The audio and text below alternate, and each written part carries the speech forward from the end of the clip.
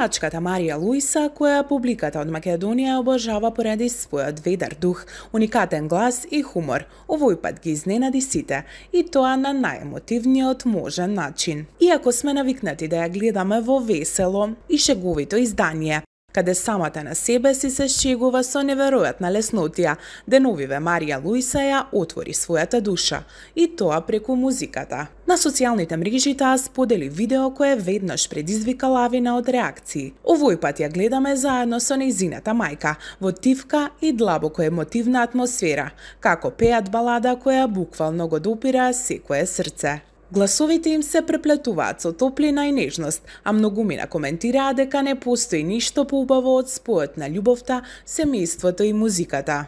Марија Луиса повторно потврди дека зад секоја харизма стои длабока емотивна страна. Понекогаш едноставно мора да излезе на површината. Фановите се воодушевени, секоја чест за оваа искреност. Ми се наежи кожата. Најубавото видео што сум го видела денес. Се само дел од коментарите. Очигледно е, Марија Луиса не е само шегаџика и талент. Таа е уметник што допира и во срцето и во душата.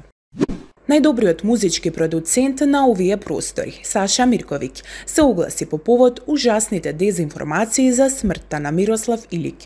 Имено, на социјалните мрежи се појавија морбидни објави како што се коментарите.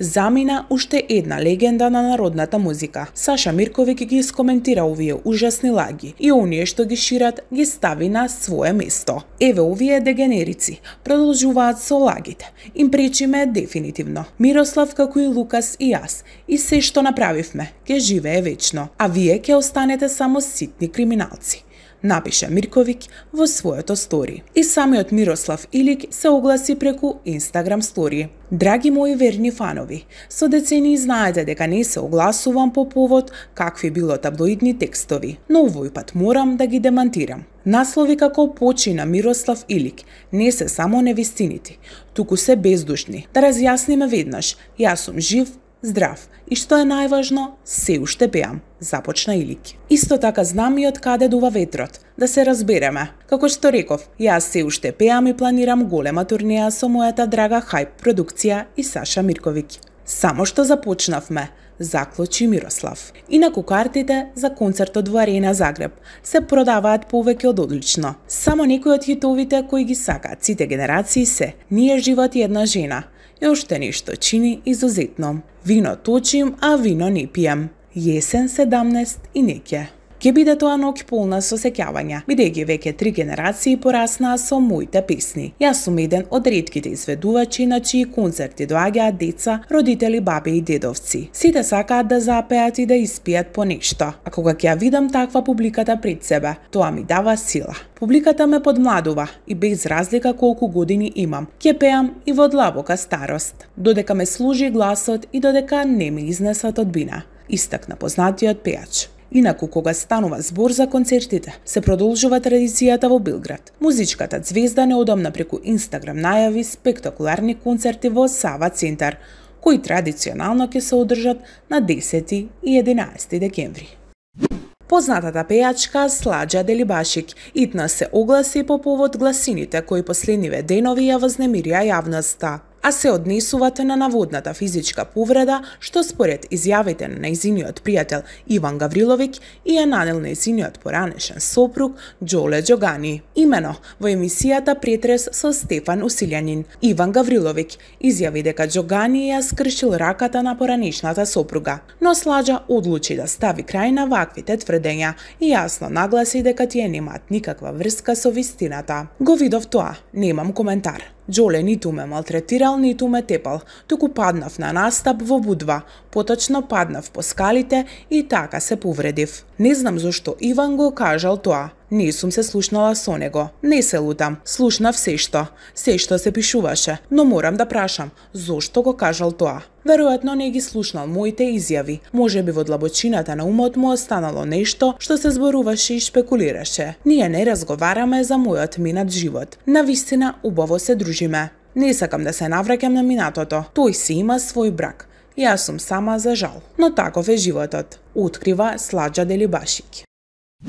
Иако години наназад делуваа складно и се чинеше дека се еден од поздравите парови на естрадата, врската помеѓу пеачката Сандра Африка и нејзиниот долгогодишен партнер и менаџер Микша сепак заврши по 10 години. Гостувајќи во една емисија, Сандра првпат јавно проговори за причините за раскинувањето на врската.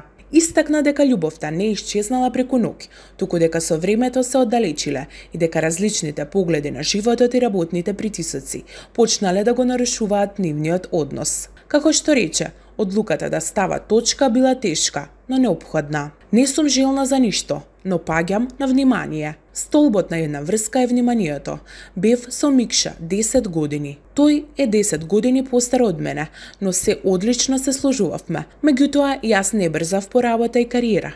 Многу чудно беше тоа. Тежнеев кон тоа да му родам деца. Никогаш не ги туркам работите под тепих. Неколку пати му кажав дека ќе одам. Тој не веруваше во тоа, бидејќи мислеше дека по цела деценија колку што бевме заедно, јас нема да одам понатаму. Кога се изградивме како личности, јас отидов. Отидов во 50 квадрати изнајмен стан, раскажа Сандра во една емисија. Не и беше лесно да си замине, но како што истакна, не сакаше да остане во врска каде што нешто не се подразбира. Бев пресрекна во 50 квадрати отколку во куќа со него. Собирав сили и си заминав. Не ми беше лесно. Луѓето не сакаат да се слушнат едни со други. Не сакав да бидам во врска каде што не се подразбира почит и љубов. Причината за нашето раскинување не беше неверство. Тоа го немаше ниту од моја, нити од негова страна, заклучи Африка. Владата денеска соопшти дека во функција е ставена телефонска линија за сите повредени и нивните семејства по трагедијата во Кочани. Граѓаните ќе можат директно да се јават и да ги искажат своите потреби, предлози и барања. Бројот 070 355 526 е директно достапен и управуван од канцеларијата на председателот на владата. Никој нема да биде заборавен. Наш приоритет е сите повредени да добијат соодветна медицинска нега и целосна рехабилитација за повторно да го вратат својот живот во нормала, порачаа од владата. Како дел од мерките на предстојната владина седница ќе биде донесена одлука одморалиштето Пониква, кое е во сопственост на Министерството за внатрешни работи, да се отстапи на Министерството за здравство. Пониква ќе стане рехабилитацијски центар за повредените кои се во стабилна состојба, но имаат потреба од понатамошно лекување и нега. Објектот располага со 27 соби и 56 легла, а ќе биде ангажиран и дополнителен медицински кадар. Ова значи дека сите повредени граѓани ќе имаат пристап до континуирана здравствена грижа. Како влада сме целосно фокусирани на хуманоста и грижата за секој поединец, се наведува во соопштението. Дополнително, од владата упатија апел до политичките партии да се воздржат од, како што велат, политичка некрофилија и да дозволат институциите професионално да го водат случајот. Секој што е инволвиран ќе одговара, без оглед на неговиот статус или политичка припадност. Нема недопирливи. Правдата доаѓа, а државата е на патот на вистински промени, порачаа од владата.